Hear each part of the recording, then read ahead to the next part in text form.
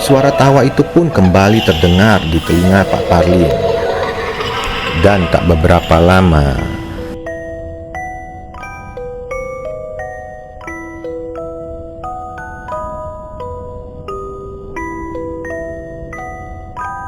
Assalamualaikum warahmatullahi wabarakatuh. Selamat malam misterier. Jumpa lagi bersama saya Randy di konten podcast misteri.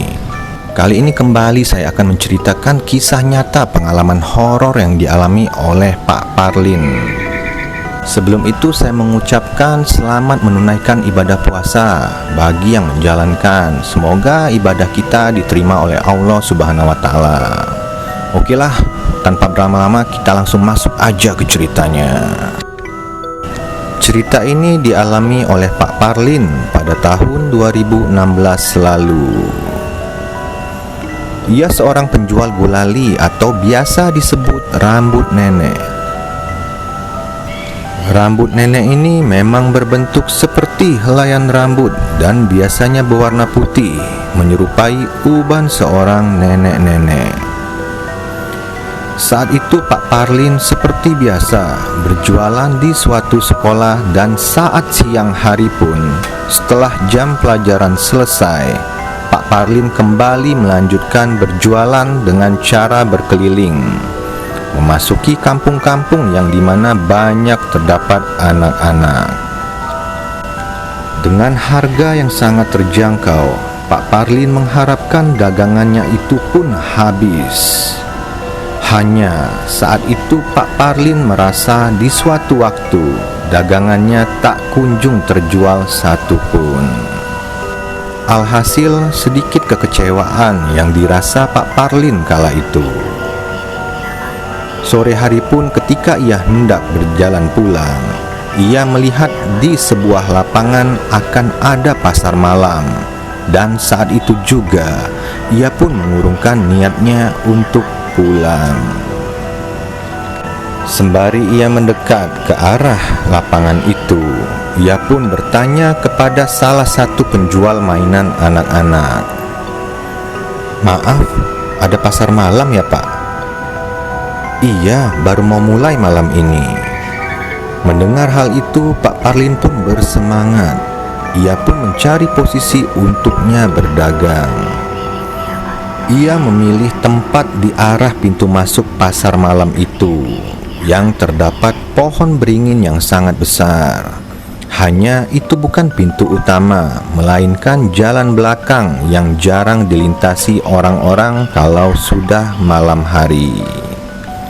Karena di pintu utama dia sudah mendapati beberapa pedagang yang dagangannya sama dengannya.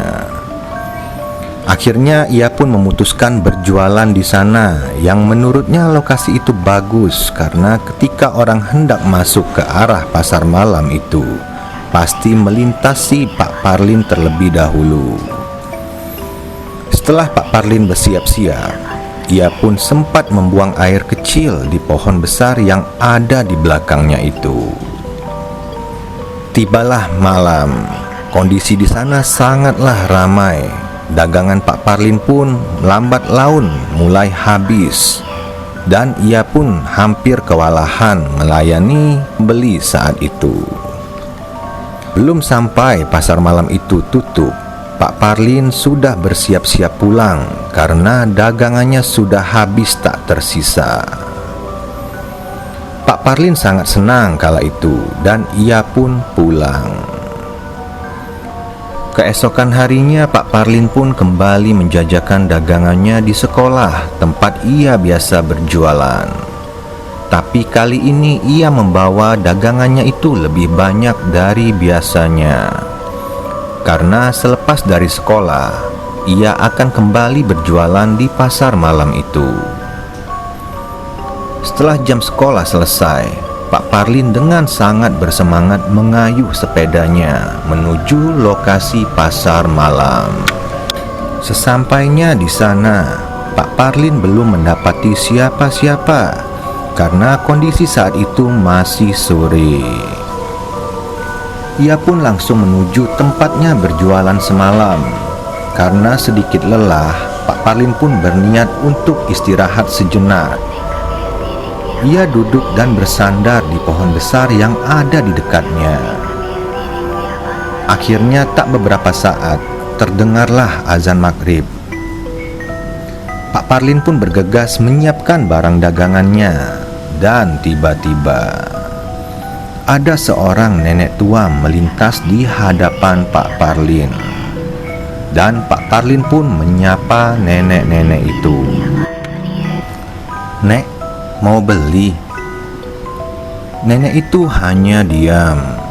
Karena tidak ada jawaban, Pak Parlin pun tidak menghiraukan nenek-nenek itu dan kembali menyusun dagangannya.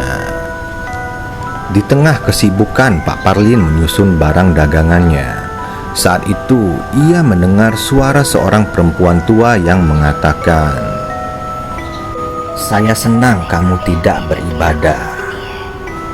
Suara itu berasal dari seorang nenek-nenek yang berdiri di dekat Pak Parlin barusan. Karena sedikit kesal, Pak Parlin pun mencoba membalas perkataan nenek-nenek itu. Saat Pak Parlin menolehkan kepalanya ke arah nenek-nenek itu, tiba-tiba Pak Parlin terkejut karena di sekitarnya ia tidak mendapati siapa-siapa. Loh, kemana nenek-nenek tadi? Pak Parlin pun tak berhenti menoleh dan melihat di sekitarnya, tetapi ia tidak mendapati siapa-siapa. "Ah, mungkin itu perasaanku saja," ucap Pak Parlin. Ia pun kembali mempersiapkan dagangannya. Akhirnya pengunjung pasar malam itu pun mulai terlihat satu persatu. Dengan sangat senang dan tak sabar mengharapkan dagangannya habis terjual, Pak Parlin mulai menawarkan dagangannya ke pengunjung. Gulali, gulali, gulali. Dek, Neng, gulali." Setelah sekian lama Pak Parlin menjajakan dagangannya, kembali ia merasa keheranan. Karena tidak ada yang mendekati dagangannya, seolah mereka tidak memperdulikan ucapan Pak Parlin saat menjajakan dagangannya. Karena penasaran, Pak Parlin akhirnya mencoba menyapa salah satu pengunjung, dan akhirnya tidak ada jawaban sama sekali. Aneh, kok mereka seperti tidak melihatku? Saat itu Pak Parlin melihat jam yang dikenakannya menunjukkan pukul 9.30 malam. Tak beberapa saat terdengar suara tawa perempuan yang sangat halus dari arah belakang Pak Parlin.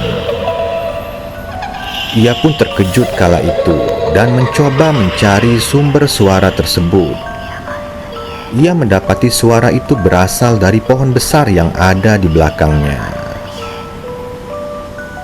Suara tawa itu pun kembali terdengar di telinga Pak Parlin. Dan tak beberapa lama, rasa merinding pun menghampiri Pak Parlin ketika ia mendapati beberapa helai rambut putih menjulur ke pundaknya. Ia memberanikan untuk melihat ke arah atas dan tiba-tiba ia melihat sosok nenek-nenek yang tak asing baginya. Iya, itu nenek-nenek yang aku temui saat maghrib tadi, ucap Pak Parlin.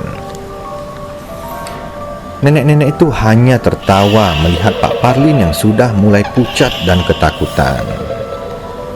"Kau menggangguku. Kau mengotori tempatku," ucap nenek-nenek itu.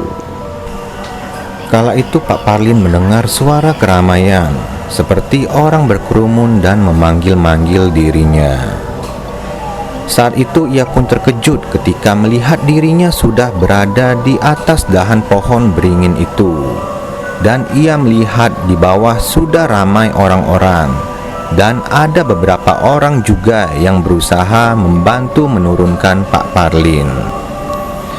Setelah dirasa kondisi Pak Parlin sudah membaik, akhirnya ada pihak keamanan dari pasar malam itu pun menanyakan kenapa Pak Parlin bisa berada di atas pohon besar itu. Pak Parlin pun menceritakan kejadian yang dia alami. Di sela-sela ia bercerita, saat itu Pak Parlin mendengarkan suara azan. Ia pun kembali bertanya kepada orang-orang yang berada di sana. "Maaf, ini jam berapa ya Pak? Kok ada suara azan?" "Sekarang pukul 7:10 Pak, dan ini baru masuk waktu Isya." Pak Parlin sangat terkejut karena ia melihat jam yang ada di tangannya menunjukkan pukul 7 malam. "Berarti apa yang aku alami barusan ini mimpi. Tapi itu berasa sangat nyata," ucap Pak Parlin. Karena saat kejadian ia melihat nenek-nenek itu, Pak Parlin mendapati jam saat itu sudah menunjukkan pukul 9:30 malam. Akhirnya beberapa orang di sana pun menyampaikan kepada Pak Parlin kalau pohon itu memang dikenal angker. Dahulu sudah banyak kejadian dan hampir serupa dengan yang dialami oleh Pak Parlin. Bahkan ada yang sampai meninggal di bawah pohon itu. Pohon ini dahulunya pun sudah mau ditumbangkan. Alhasil, pohon itu tetap berdiri sampai sekarang. Akhirnya untuk keamanan dipasang tulisan di pohon itu untuk tidak berada atau berjualan di sekitaran pohon. Tetapi beberapa hari tulisan itu selalu hilang, entah sengaja dibuang atau memang ada penunggu di sana yang menghilangkannya. Oke Misterier, bagaimana tadi cerita pengalaman horor yang dialami oleh Pak Parlin? Semoga video ini bermanfaat bagi kita semua. Hal yang baik kita ambil dan hal yang buruk kita buang jauh-jauh. Sekali lagi saya minta agar tetap support selalu channel Merah Putih Creator dengan cara like di video ini jika kalian suka, komen, serta share ke teman-teman kalian. Dan jangan lupa juga subscribe serta aktifkan tombol lonceng notifikasi supaya kalian dapat update video terbaru dari kita. Sekian, Assalamualaikum warahmatullahi wabarakatuh.